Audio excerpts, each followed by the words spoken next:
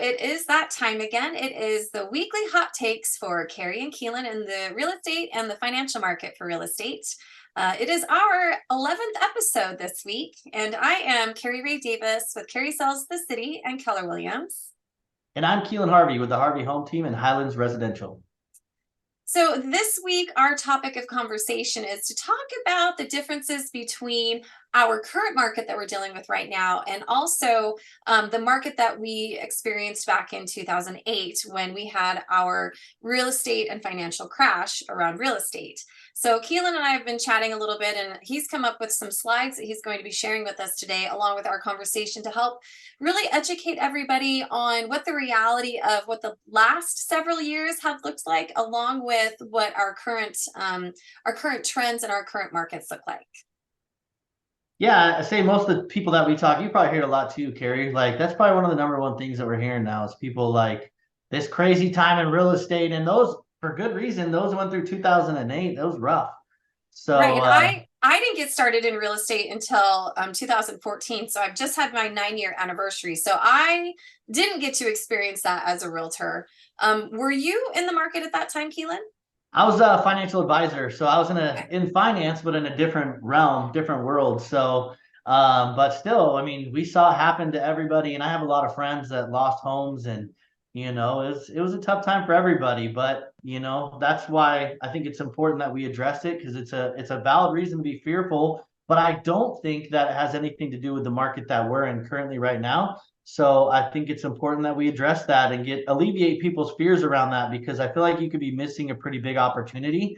And so, yeah, I'd love to share some data about that so people have a better understanding of what that actually looks like. And if we look at history in the bigger picture. Well, and I've been seeing a lot of chirping online when I'm reading people's posts, other realtors that I'm working with, and I'll see people comment on how they think prices are going to come down and we're going to have a big crash. And I feel like what I'm seeing on the MLS when I'm sending listings to my clients, that the prices have come down. I mean, with the interest rates that have gone up, to where we're at right now, the prices have come down. I feel that with the trend of the interest rates that are coming down finally, thank goodness, that I think that we're going to start to see a creep up of price next year. But I'd rather you kind of show us what you showed me earlier about the data that you've captured over the last several decades. Yeah, I'm going to steal the screen here really quick, but I want everybody to know though, where those prices decrease, that's a correction, really. If you think about how crazy the market was, it was bonkers. It went through the roof. It's a correction. And if you look at even with housing prices that go down, if you look before and where we're at right now, I mean, they appreciated significantly. So overall, you're in fantastic shape. There's a small downside with with a huge appreciation. So everybody killed it. So don't think because prices have leveled off a little bit that that it's like a downturn. And that's what I feel like people are thinking. Of course, they're immediately panicking. But Right. what I wanted to cover is I think it's important we look at the record of real estate. Like let's look at real estate. And let's go back to history as far as they've been keeping this data. And so just like anything else, what if we go back to the past and see how do we end up per decade? So starting back in the 1940s, over that 10 years, your home 129% appreciation. I mean, you can't get that in the stock market. What do you get? 8% maybe? Right. 50s, and I'm gonna buzz through this pretty quickly, Okay. Kari. Yeah. So 50s, you can see 36%, 60s. I mean, look at all the green, green, green, green, green, green. If you miss the Right. boat, you are down some significant money here. 90s, finally, we get into some red territory. Okay. So a couple years in the 90s and then 2000s.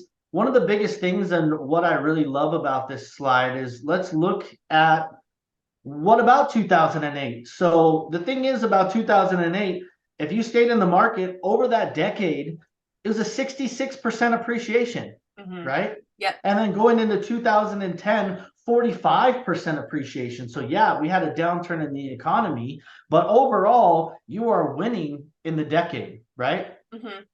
And I then mean, it's absolutely 2020, of true. course, we're starting out with a bang at 39%. This year, if we look at the data, we should be about 6% appreciation overall, which is fantastic if you think about it, right? In the bigger Right. picture. And then I'm going to buzz through this pretty quick too, but I want everybody to also kind of look at, I know a lot of people, because we've had like the good times, they're waiting for this correction, right? I don't know about you, Kari, as any of your people like thinking about waiting for, because things are be good, when's the other foot going to drop, right? Well, I think people kind of like what we talked about when we started this conversation is that people, I mean, I've been hearing grumblings that people think that prices are still going to continue to come down. And I agree with you. It's been more of a correction to offset the interest rates. And I mean, like you saw in the last slide, 21% appreciation and or 19% appreciation in 2021. I mean, that's pretty significant. Absolutely. Mhm. And if you look here, okay, so let's go back to 43 through 47, right? You have this high appreciation, 118% in total. You would have had to have wait 43 years for a correction, all the way to 1990 before we saw that, what, like 1 year? Right. There's a -1 The and a 1%. 0, right?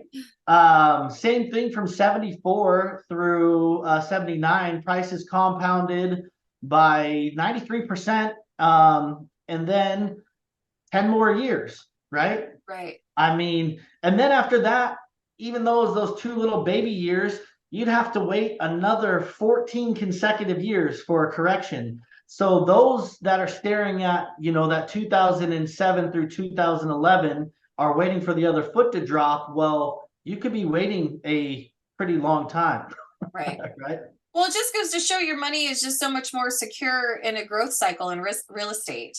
So, okay, what's this slide? Tell us what this is. Absolutely. And so this is comparing directly the last downturn Okay. and then the current housing cycle. And they are very, very different times. So Correct. you're looking at, so let's talk about unemployment. Back then, unemployment rate was 10%. Right now it's 3.6%.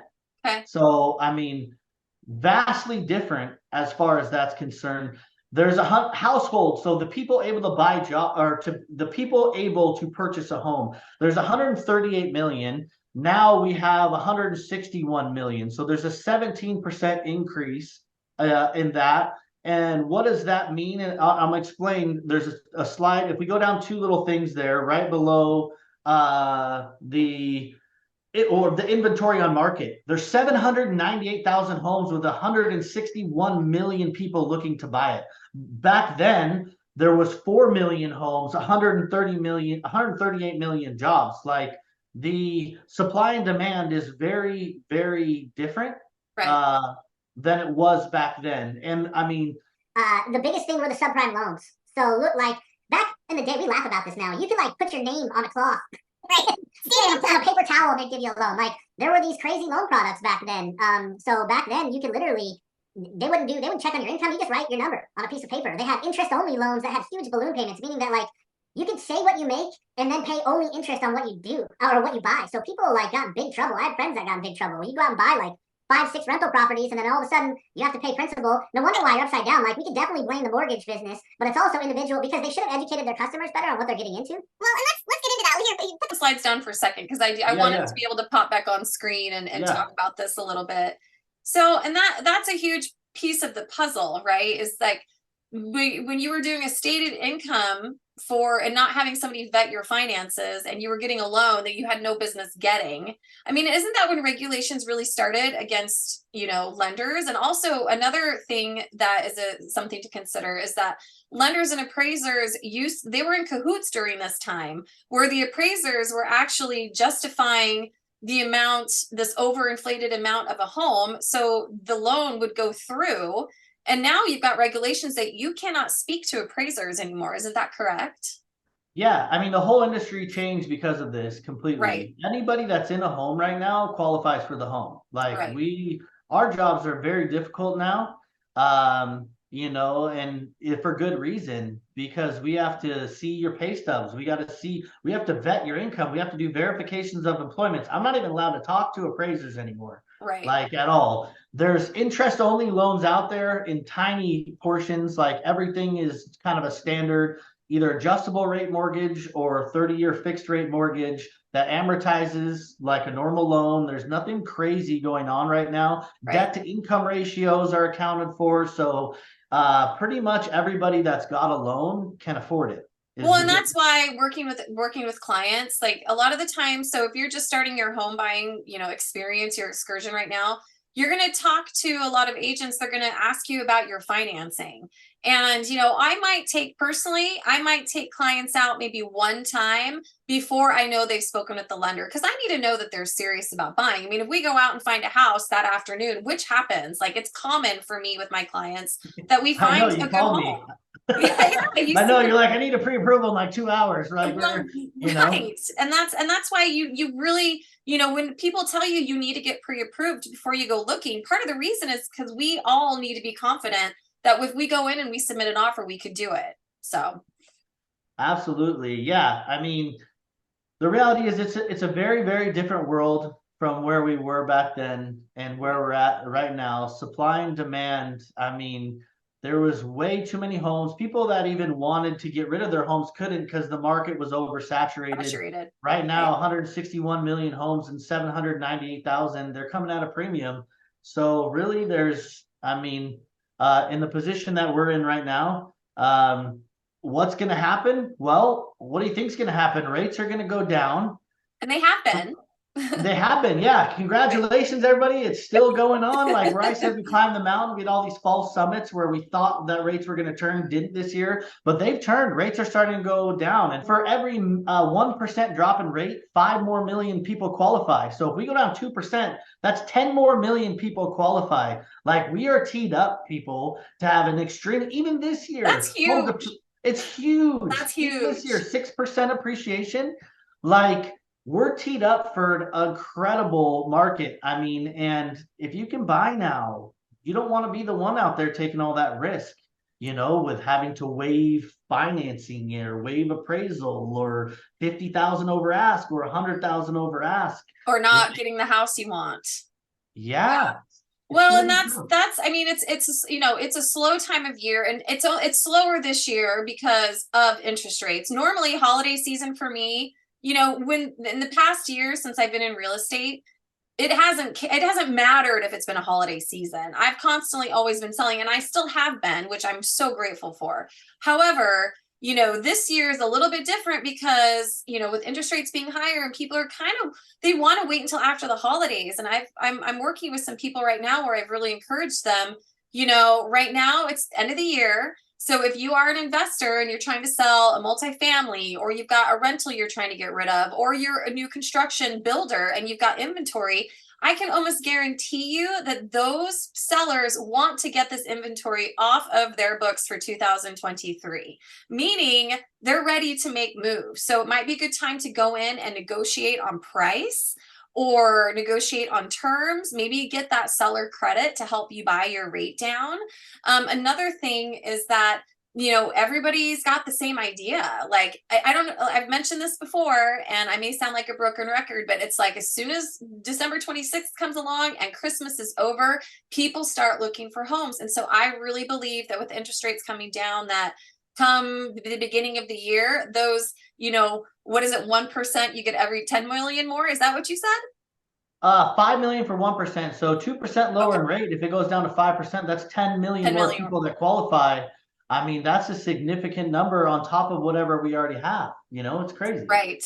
That's a big deal. So, people, I feel like, really need to look at the bigger picture. And I feel like the slides that, we looked at earlier, I think that helps, kind of paint a bigger picture for people. Yeah. So now, Keelan, don't you have a slide on cost of waiting? Do you have a slide that you can show us on that too? Yeah, let me track that down. And while I do that, piggybacking on what you said, there's market odds coming out right now. So with the market odds are, by March, there's a 60% chance that the Fed is going to reduce rates. What's the percentage again? What did you say? 60% chance that the Fed by March even. It's 13% in January. In March, it's 60% chance that they're going to cut rates. So like nobody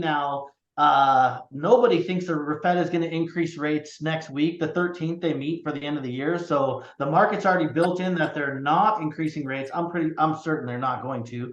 And then it would be crazy if they did. And now they're already percentages of dropping rates in January. I mean, you get to May, it's 88% chance they're going to drop rates. I mean, we were way ahead of the game and all this data and information, and where the media is out going bonkers and telling you all this information that is not true. Our story, Kari Rae's story, Keelan's story has not changed this entire year. We knew rates were going to come down, and we talked about it very early on. And now we can say they get to all eat crow because because it took longer than we thought, to be fair. It really did. We thought we were going to be here like 5 months ago. Right. Well, and And, it's you know, it's starting to get painful for a lot of people out there in lots of different ways. I mean, not just in my industry, but I mean, there's so many people that I have these conversations with business owners all the time, and everybody's just trying to keep it, trying to like weather through it. But there's, you know, the pendulum will always swing back up. So, so do you have that slide? Did you find that? yeah, hold on, let me As you click through. yeah, as I'm trying to click through to the end. If I it's want to too get the right difficult, one. that's fine. We can do that another time too. But this might be a good opportunity for me to share with everybody. So Keelan and I have been in conversation about having a home buyer class here in the Seattle and Tacoma markets. We haven't figured out a date yet, but whether you are a first-time home buyer or you bought maybe another, you know, 2 decades ago and you're getting ready to make a move and you'd like just to understand what is going on in the current market, and especially, you know, looking at the data that we looked through with Keelan, I mean, you can clearly see that things change, you know, maybe per quarter every year. So we hope to do this on a semi-regular basis. We're going to figure that out, but please stay tuned for the dates coming out in the beginning of January for that. So I just wanted to make sure everybody knew about that. Yeah, I think we should do a whole thing on the cost of waiting, to be honest, like a whole episode. Okay, well, maybe we'll do that next week. So yeah, let's do it next week. A whole cost of waiting, because there's a lot of details that go into it. I can put any scenario together. If you tell me what your rent is and you tell me you buy, I can any price point, any down payment. The issue is I have to put in all that data for it to work, and we just don't have enough time. But there's a lot of information to be had, including your own expenses. If you're paying $3,000 a month in rent, you know, that's some serious money that you're giving away. 18 grand in 6 months, like that goes into the cost of waiting, as amongst appreciation, amongst you paying your loan down. I mean, it really adds up and is the worst enemy. So waiting for a rate, you're actually stepping over dollars for quarters, really. I'm so grateful that we can have this conversation every week. And I want to give people good advice. So, absolutely. Well, if anybody's got questions, again, reach out to Keelan or I. My number is 206-330-6985. And mine is 206-321-4941. Awesome. Okay, Keelan. Well, I will look forward to talking to you next week. Yeah, about the cost of waiting. About the cost of waiting. That's right. Okay, take care.